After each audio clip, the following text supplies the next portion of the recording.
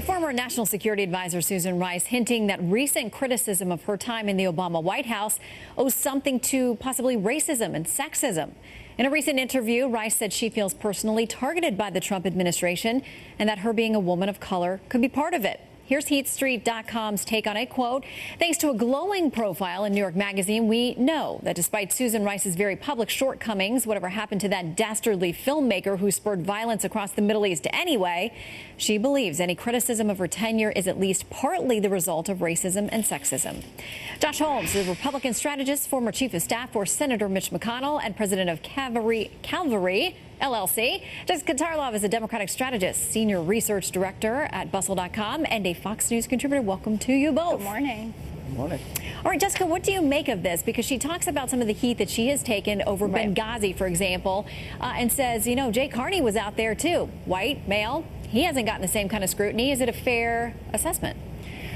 I understand the argument that she's trying to make, and I would say vis-a-vis the unmasking situation that's going on currently there, we know that people on both sides of the aisle have said actually that she didn't do anything wrong. But what I would say is that I don't think it's sexism and I don't think it's racism. I think that it's partisanship, and this happens on both sides of the aisle, that we just can't stop going at each other. Obviously, there were issues surrounding the story about Benghazi. We know that those orders came from high command there. That was not Susan Rice's idea. And I understand the point that she's trying to make here, but I personally would talk more about the partisanship and what's going on in terms of that than the argument that she's making about racism and sexism. Well, Josh, she does go on to say this in the actual article. She says, I've spent a lot of time thinking about this. What do you think?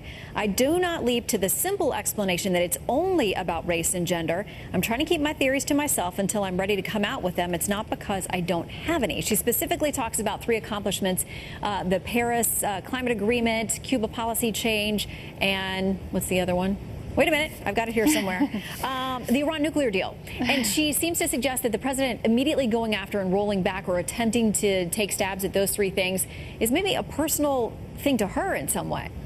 Yeah, it's really confusing. I mean, she's obviously trying to distance herself from some pretty serious allegations. And to Jessica's point earlier, we don't know whether or not Susan Rice did anything wrong or not. That's what Congress is trying to figure out. A number of people have said that she didn't. Well, look, I mean, you can make the argument if you want. You can make the argument if you want, but the bottom line is the documents have not been produced, and that's a very serious allegation. Also, look, prejudicial views are not forcing her to lie about Benghazi. That initial story that she told about what happened at Benghazi was absolutely not true. She's wondering why she's a center of concern. It's her own actions, and frankly, they are pretty concerning. Well, and Jessica, there is an ongoing investigation. There are multiple ongoing investigations. Yep. There have been requests for information from her and from others. My understanding thus far is that she's not going to participate and take part in this.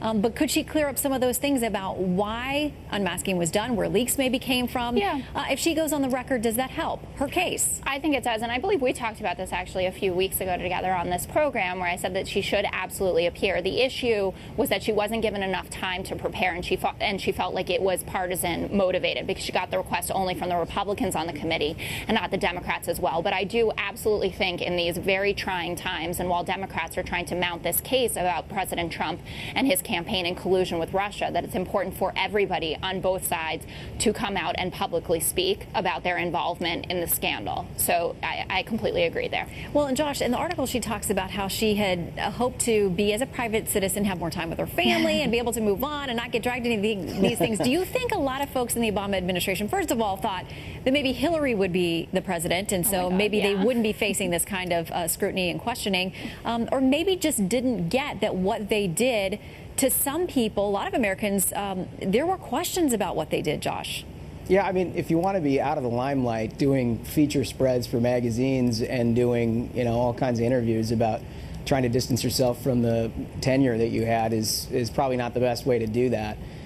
Look, I agree, actually. She needs to come forward. She needs to talk to Congress. She needs to be fully transparent about what she knows about the unmasking of Trump officials, American citizens, in the course of intelligence gathering. That's a really important thing that we need to get to the bottom of one way or another, and it sure would be nice if Susan Rice would participate in that process. All right, Josh, just a quick extra question to you since we have you, and you used to work with the Majority Leader, Mitch McConnell. He's got a really tough needle to thread with a lot of competing interests and a lot of people saying no right now. But you know him. He's a master strategist. Does he get this done?